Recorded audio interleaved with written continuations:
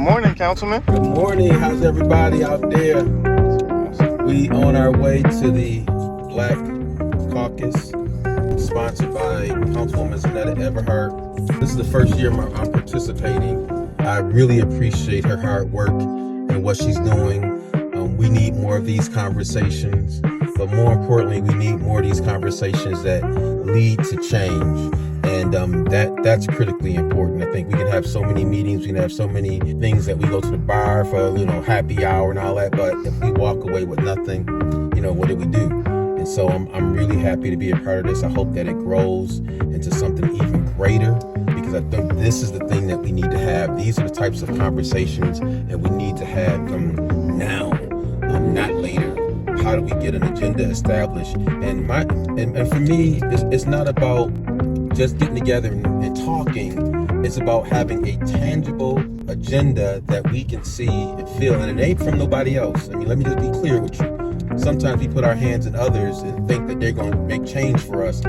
I think the most important change is that we understand. Other groups are standing together, working together, and ours is the only one that's not. So it's critically important that we get on the same page, that we begin to support one another and lean on one another and trying to make a change in our community. And we can do it. When you talk about the trillions of dollars that we control as Black consumers, if we turn that money around, it's gonna be game over. And again, it's not about taking away from anybody.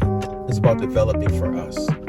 How do we create those economics in our community so our babies have a brighter future, so they can believe that they can do some great things. Instead of working for somebody, they can work for themselves. So I'm looking forward to this caucus. And again, big ups to Councilwoman Zeneta Everhart for putting it together and believing in us.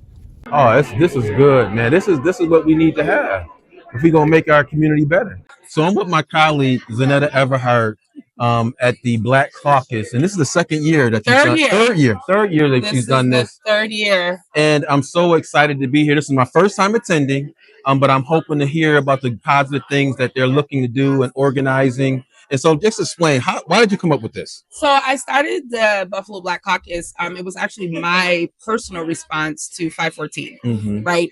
So as you know, after 514, the community, was in an uproar, right? Not only were we in an uproar because 10 of our, legacy leaders in our community died that day, but our grocery store was closed. Yeah. Right. And then we started talking about the neighborhood surrounding the grocery store. We started talking about the resources that weren't available on the east side of Buffalo. And so, my son being seriously injured in that attack, put me in the forefront of this. Right. And I realized that I had a voice. I had a platform. And so I used that platform to basically pay it forward. Right. I got to keep my kid that a lot of people didn't get to say the same for their family members. And so I wanted to do something to pay it forward. Okay. And I wanted to give the community exactly what they were asking for, right? I go to caucuses all over the country, right? I go to DC for their caucus. I go to Albany for their caucus. Why don't we have one here in Buffalo, right? And so that's why it was started, and that's why we're here today. And I think I talk a lot about us being able to go to other cities and see things. I think that's so important because sometimes you have to get outside of your own, echo chamber, because everybody's saying the same thing. But when you get outside and other people bring other ideas and things over, it's so powerful. It is. And so I thank you for coming up with this idea. I think this is the beginning of what we really must do if we're going to change. It can't be about talk. It can't be about, innuendo. It's got to be about real change and us coming together and supporting one another. Providing the resources for our community in our community, right? Our people, historically, we got to run around everywhere to get everything that we need. Why aren't we bringing those resources right into our neighborhoods and right into our community? And we're right here at Canisius University, right at the end of Jefferson. This is my alma mater, and they are an amazing institution. They do everything for me, and they really do help out our community. And so today is going to be packed with all types of panels, right? That are necessary to have, right? We're going to be talking about home ownership, environmental justice, talking about entrepreneurship. We're going to be talking about gun violence, right? We're going to have those deep conversations. One panel that, I started last year actually is Hood Tales, right? People from the hood who have been able to come up and do some remarkable things with their lives, right?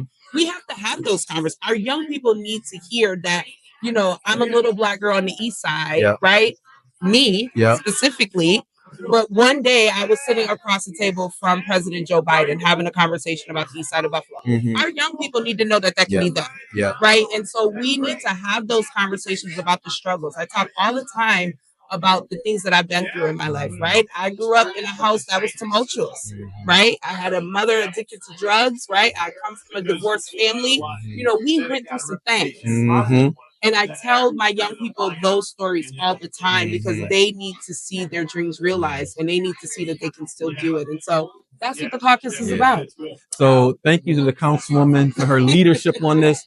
And again, this is real change. This is not something that we just did because I want to be popular, I want to get elected. No, it's something that's needed in our community. And people need to see that genuine concern about their issues. And this is the event. So you told me it's going to be 300 people. I think it's going to be way more than 300. See, she's modest. But again, her conversation is really about you. And I hope that you'll join, get involved, get engaged, no matter what it is, where you are. Get in and change our community. You can't wait for somebody else to do it. And I thank this councilwoman. Thank you, Councilwoman Everhart, for allowing me to have this time to speak with you. Absolutely. All right. Continued success to you. You're welcome. Thank you.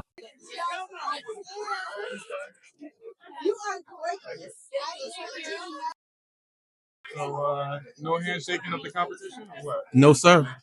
Not when you try to dog me. Absolutely not. I don't play that game. You ain't gonna dog me and then I'm gonna be your friend. Oh no, I don't play that way. I'm sorry.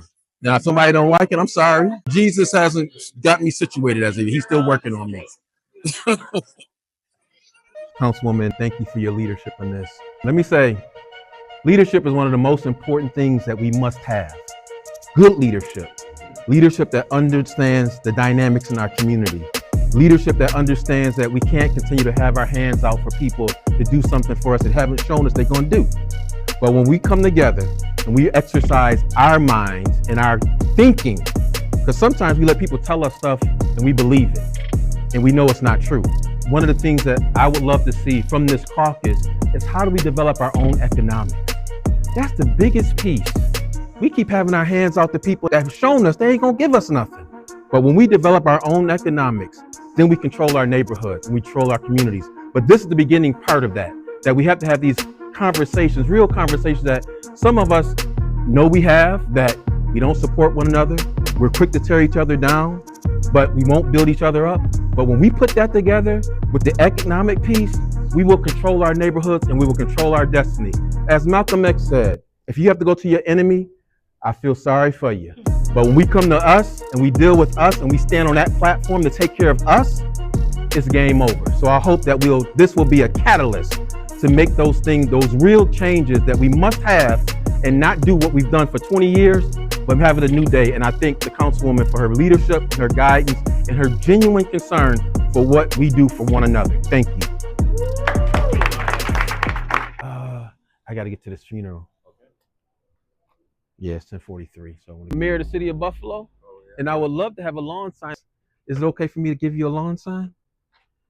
Miss Wall, thank you so much. You have a blessed day. You went to school with my granddaughter. Who? Kanisha Crump. Yeah. She told me. Oh my goodness, it's a small world. Yes, it is. Yes. Yeah. It's nice meeting you, Nice and you have a nice Mother's Thank Day. you. Okay, and I'll bring the sign and put it right there. Okay, thank you. I see them flowers is gonna come up real nice, huh?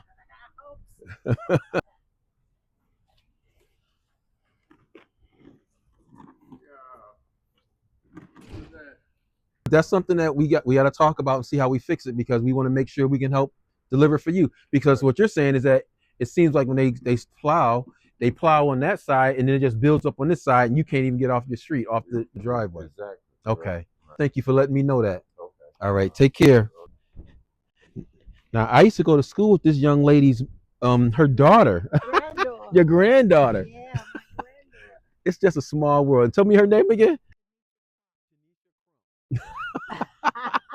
I'm telling you. Yeah, I told her, you were at church. Uh-huh. She said that she went to school. Yeah, sure did. Yeah. Sure did. Yeah. Small world. Small world. Yes, we just left the 3rd annual Black Caucus by Councilwoman Zeneta Everhart. And it was an incredible time to hear from people, all elected officials and those others who believe in this. And I hope that again we can share it, because this is an important moment in our city. We have to come together, and we can't keep pointing fingers at everybody else when there's stuff that we got to do on our own. We can't expect somebody else to come save us. They're not. I'm gonna say it again. They're not. If you've been in this city long enough, you see how it looks. They're not coming to save us. They give us a little something to make us feel like they care about us. And unfortunately, there's individuals who they pick off that they act like they doing something for us. And, I could go there. I really could. But y'all, I hope y'all feeling me 100. Because at the end of the day, when you look at our neighborhoods and people tell you they doing something for you, they've done something for you. Okay, where is it? Show it to me. Show me what you got. And so again, I applaud Councilwoman Everhart and her efforts.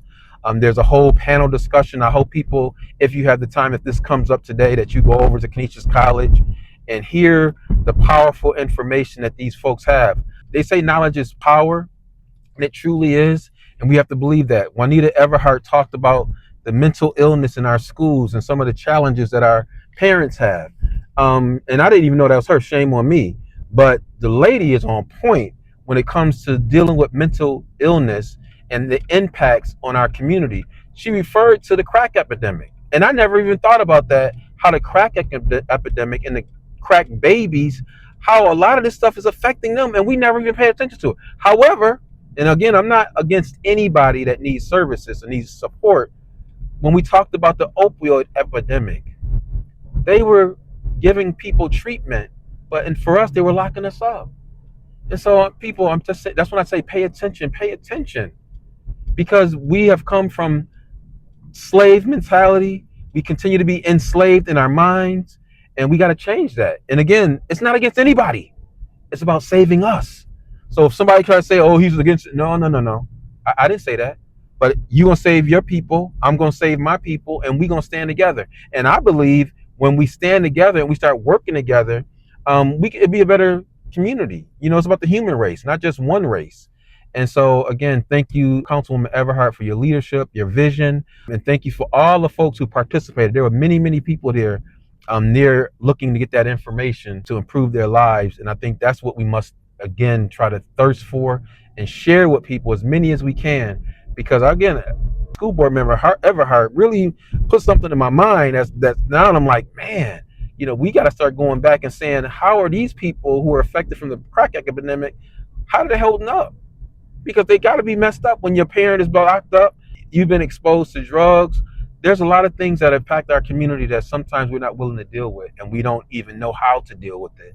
But and I don't know if Mayor, I can do anything with that, but I can do something as far as organizing us and letting us have the conversation and how we improve our condition. Because the health issues really pertain to the county, but the city can do some things. We can partner with the county in some issues, especially when it is dramatic and as an impact as the mental illness in our neighborhoods. We got to start working together. So again, thank you to my friends at Mindframe Media for all they do and making this stuff happen and giving you this information. I can't be talking and having my phone look at me and the whole selfie type thing. We got to have somebody that's getting this images, getting this message, so that we can share and empower our community. So we'll see y'all next time on Riding with Wyatt.